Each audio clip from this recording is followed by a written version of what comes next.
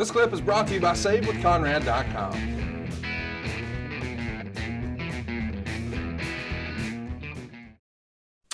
Immediately, though, we go into the cost-cutting routine.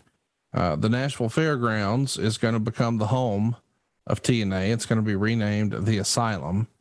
And, you know, once upon a time, this was supposed to be a touring brand, and we were supposed to be on the road booking different arenas. And now it feels like it's what's the old thing? Necessity is the mother of invention. Yeah. Anyway, your budget for talent is obviously cut way back.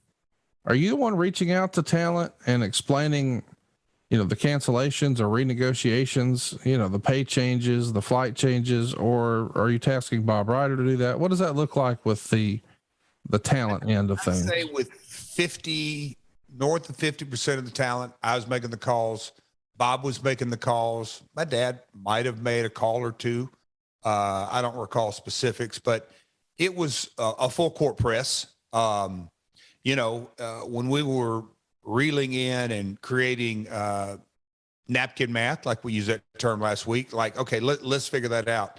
In the very best case scenario that was written apart as far as the touring, the live event gate, what was, you know, maybe cover production costs. The strategy was the pay-per-view buys. So reeling it in, and just because, you know, my dad's entire career was basically Memphis studios. So, you know, getting a fixed location. You know, our goal was obviously cut cost up at the priority, but how are we going to get over to the fairgrounds? It's in our backyard, but how are we going to make that studio, again, not that we were competing against Raw, but that's what the world had known: Raw, Nitro, SmackDown, Thunder, and all that. So we knew that was going to be a challenge on our limited budget. So chat me up about, you know, when you're saying you were making these conversations, I assume, just knowing you, honesty is the best policy, blah, blah, blah. But you can be transparent to your own detriment. I mean, you want to be positive, but you always take a glass half full approach. So I'm curious, this has to be heartbreaking for a lot of talent who felt like, oh man, this is the new big thing. This is the new WCW. A few weeks in, they get this call and they think, well, it's over. I knew it was too good to be true. A lot of the guys can't help but gravitate to that way of thinking, I'm sure. So I'm asking, what did your presentation sound like, and how are you sort of trying to keep things positive on that call? You know, I want to dig up Conrad, and I think I still have it somewhere in my house. But anyway, my dad wrote as we got, this is probably a year into the relationship with Panda, but something you just said that sort of piqued my interest was, he basically wrote a pretty lengthy letter, and the title of the letter was Mind of a Wrestler, just how the wrestling mind works. And although it's, you know, you're asking me the question, and how did I frame it with the talent? So you sort of have to put it in context and truly say, okay, what was the first conversation or the beginning conversations? And in our very best scenario, like literally Scott Hall, Ken Shamrock, I'm just trying to think of some of the top names we talked about from the very beginning. All of those conversations, best case scenario, we were offering them 52 dates or 26 dates out of the gate. So, you know, nobody, the top guy, it was not a full-time living, but was there some hope?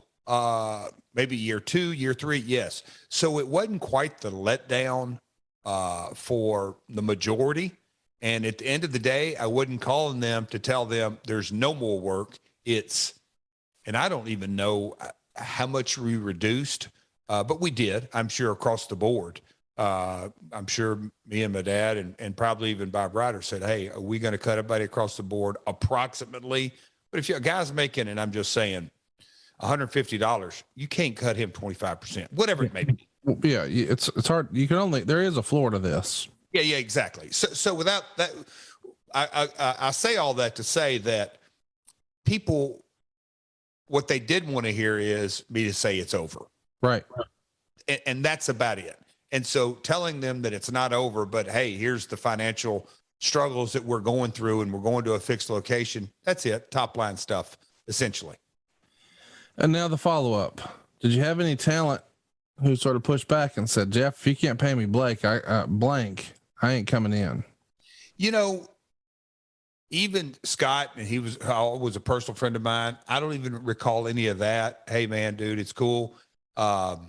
Shamrock definitely didn't have all of his eggs in the TNA basket, and he was disappointed, but understood. But no, there wasn't anybody that like, no, I mean, it was a different time because, again, to put it back in full context, and I know, Conrad, you were an avid watcher, and I think even the consumer and the viewer and all of that, when Vince bought the competition, it was very apparent to the whole wrestling world, even to the buy rates. The invasion was big, and then it died. You can't be number one without a number two. There's no such thing as that. You're just wrestling. So we had a lot of built-in, man, I hope they make it type stuff. Yes, you did. You have a lot of goodwill with a lot of people within the industry because they understood the bigger issue was a lot of jobs left. And if we can get back some of those jobs in wrestling, that's good for the whole industry and certainly good for fans. Let's talk about July 26th. Your dad would write there's a meeting between you and him and Health South. And he writes in the book that he thought you painted a gloomy picture of the company. Did he or I did? He thought you painted a gloomy picture of the company in the meeting. You think it's the other way around? You thought he painted it gloomy? Just knowing our immediate history, what would you say? Yeah, I think you're the eternal optimist, and he's more of the quote unquote realist. Yes. Okay. You're a pie in the sky dreamer. I feel like you're one of those people who's looking up at the clouds and accidentally runs into a telephone pole.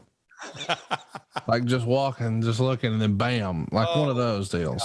Yeah, that may be a bad trait of mine, but no, I do not recall. Matter of fact, every conversation I had with Health South, again, you have to be the Jay Hosman. They asked me 1,000 questions and I spouted right off. But at the end of the day, that line of credit was in place. Richard was confident that, okay, he we're going to make this work. And hey, here's the situation. And when you reduce a budget from, because this is what I recall about the next round of calls.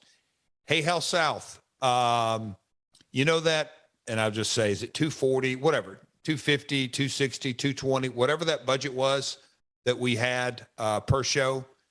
Guess where we're at today at the fairgrounds, and we're going to be delivering the show every Wednesday live. Oh, it's just under $100,000. If you were an investor, Conrad, what would you think? I don't know. Yeah, not knowing the business, but them being the financial partners, of course they're going to ask. Now, can you have a show for that much? Yes, sir. We're not traveling, and here's this. Right. Well, what about your lighting bill? It went from 39 to this. Yep. I've got a great relationship with them. They're in it for the long haul. When your camera, your truck, yep, that's that. Okay, so get through all that. So what's your rent on the building? Oh, we took it from Burt Prentice, the lease, and he had to run 4 shows a year. We're going to run 52. So the fairgrounds is elated. Okay, you got all your insurance covered? Yep. Okay, let's talk about talent. Well, here's the situation. Everybody took a pay cut. Okay, so that's how you win it from $250,000 to under $100,000. So that's the type of conversation that that was had. And, my father writes, I painted a gloomy picture. It's just not accurate. Let's talk about, in my eyes, I'll clear that up. Let's talk. Hey, it's Conrad Thompson. Thanks for checking out the podcast here on YouTube. Be sure to hit the subscribe button and the notifications bell so you get a notice anytime we upload some new content. And go save yourself some money right now. If you're in a 30-year loan or you have credit card debt, it's not a matter of if I can save you money. It's a matter of how much. Find out right now for free at SaveWithConrad.com.